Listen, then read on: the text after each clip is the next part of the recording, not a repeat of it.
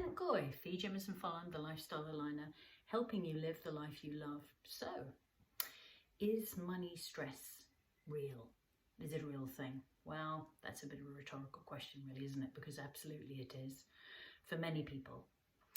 And it's really interesting. So check out this week's blog. And if you're not getting this week's blog, then please do reach out because you are missing out from healthy tip updates into your email inbox every week. And we do not spam you. So a couple of really interesting statistics, which I need to refer to here. Tricky to remember them off the top of my head. I do know that there was from studies done in 2017 and 2018. And therefore, they're going to be behind the times, especially in relation to the impact worldwide for people since the COVID response that started happening in 2020. So, or even beyond that, or even before that for some people, seemingly.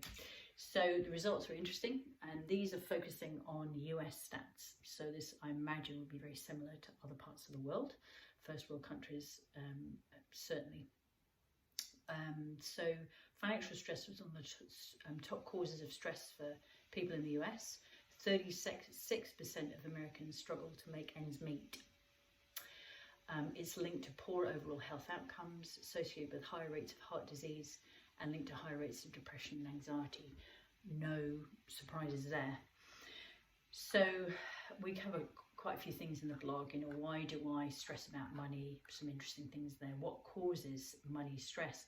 So this can range from a whole bunch of things. So a couple of the ones that we mentioned here: low income, finding a way to actually meet expenses; high debt, that can be through credit cards, it's classic, it can be through student loans; unexpected expenses that pop up for car, medical, vets bills, that kind of thing; job loss.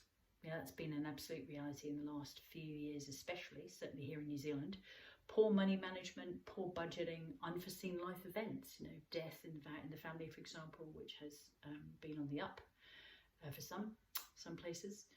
Lack of financial knowledge can really create a huge impression. And there's some really interesting references here. If you're thinking, oh yeah, well, this is all hearsay, check out the references, and there are lots of them in the blog. And it absolutely can cause a whole range of mental health challenges as well as relational challenges too. So a couple of the suggestions in here, which I will mention now so that you've got them on hand even if you don't have time to go through the blog. Number one is creating that budget so that there's a sense, a better understanding of what's going on, finances, and tracking them, looking at ways to reduce them. You know, do we really need to have that coffee that frequently when we're out? Prioritising expenses, and this has made a whopping difference for Chris and I. When we first started out, we both had different forms of debt. Tracking spending, so that then you can see if you're missing any payments you're not needing to pay over due fees. Developing a plan, so having that goal, great, and then having a plan to actually expedite that. And reaching out for help. There is actually a lot of help available from different organisations if we just simply reach out. And if you do have any questions when it comes to financial health, then please do reach out. Be more than happy to connect with you, including my hubby, who has had quite a lot of experience in the area. And taking care, self-care is so important when stress can have a huge impact, as we've said, in different areas of our physical, emotional, mental, spiritual well-being, relational. And making sure that we're looking after ourselves can make the biggest difference. Getting enough rest, making sure we're eating well, and being fully hydrated can make a biggest difference.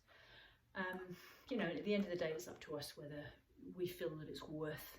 I know certainly I've ended up getting myself in quite a pickle when it comes to having money worries, and really at the end of the day, kind of figuring out, is it really worth it?